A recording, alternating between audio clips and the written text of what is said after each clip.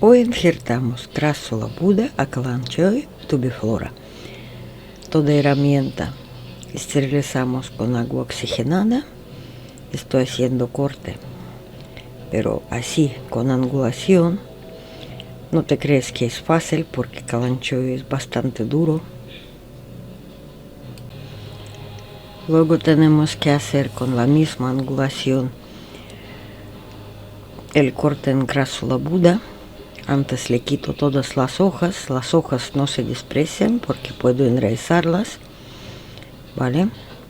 Limpio un tronco más o menos así, esterilizo, hago el corte, los conecto,